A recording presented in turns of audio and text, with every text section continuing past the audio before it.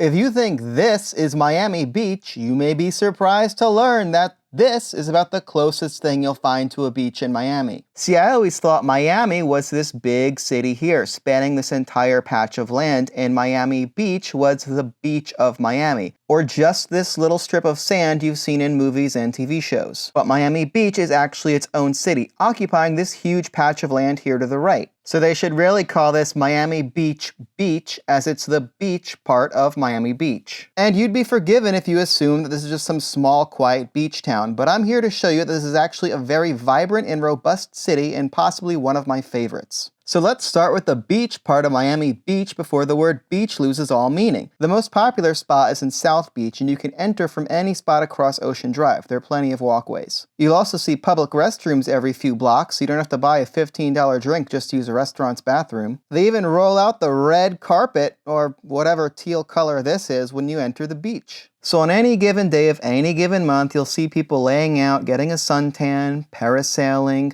shipping thousands of tons of cargo across the Atlantic, and lifeguarding.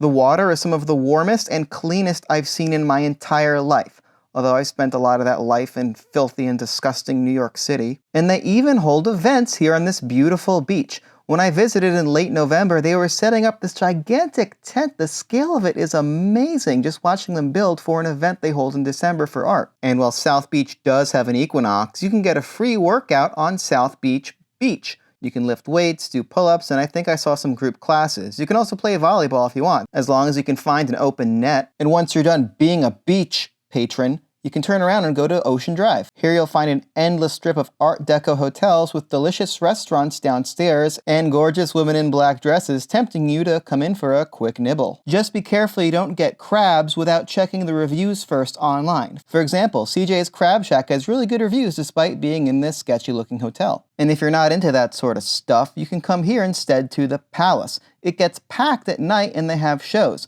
I walked in because it was lively, and then I found out it was a gay bar, but regardless, I still had a great time. And if you're looking to meet members of the opposite sex, you can come to the Clevelander. It's like an outdoor club, they've got drinks and music, and it's always popular every time I walk by. And if it starts raining, you can come here to Mango's Tropical Cafe, which is more of an indoor club-like atmosphere. Pretty cool. And while these places may look super loud, it's actually not that bad. Some of these places have decibel monitors because the police monitor the sound levels. It was also nice to see an actual police force in Miami Beach compared to New York, where criminals get away with anything. I felt extremely safe the whole time, and it was good to see all these no trespassing signs, which I'm sure are helpful for all the people who have one too many $2 beers and forget where they live. Another hot spot at night is Espanola Way. It's mostly restaurants, not really any clubs, and I don't think it's open that late at night. It's also kind of dead during the daytime. Before 5 p.m., half of the restaurants are closed. But what's not closed will be your wallet after visiting Lincoln Road. It's basically an outdoor shopping mall with really nice restaurants and global as well as boutique brands you can buy goods from.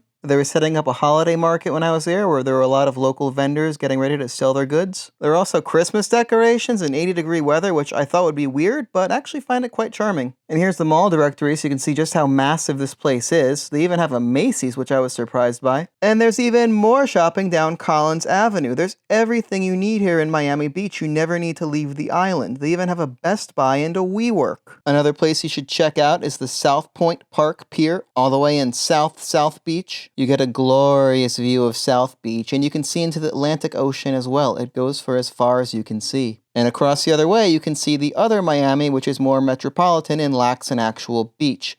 Anyway, sorry South Beach has been such a positive tour, but I can't find anything wrong with this place. I absolutely love it. Thanks for watching.